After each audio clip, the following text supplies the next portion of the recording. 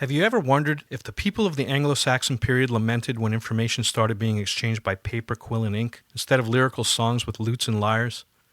Did they mourn the death of the oral tradition, or celebrate the beginning of literacy? Probably both. How did people in 1446 feel when Gutenberg published his first edition of Poem of the Last Judgment? Some were probably ecstatic, while others feared the loss of the quill and the beauty of handwriting. I'm guessing in both cases, some saw it as a dumbing down of a culture. They were probably afraid their children would become lazy and less educated. They probably felt like many of us do, as we face the greatest paradigm shift to redefine literacy, technology and its electronic environments. But unlike the Celts and the people of the Middle Ages, the changes we're living through have happened in a historical blink of the eye and are continuing exponentially. There are some who say that technology is our future, but it's not. It already happened. Technology is now. Like most changes that come hard and fast, myths have been created out of fear and discomfort.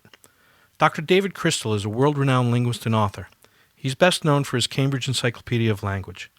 Dr. Crystal points out the most common of these myths and debunks them with a sensible understanding of culture and language.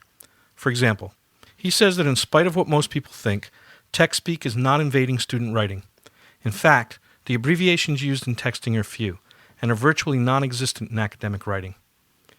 Another myth debunked by Dr. Crystal is that students are not reading and writing as much as they have in the past. Students are actually doing both more now than they have since before the creation of the telephone, and maybe ever.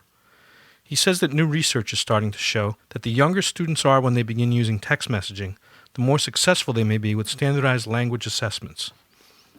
More than ever, writers now need to think carefully about what to write and how to write it in order to make their messages clear and effective to their audiences. Sound familiar? Isn't that what we've been teaching them all along? New genres and a redefinition of old ones are emerging. In China and India, text novels are all the craze.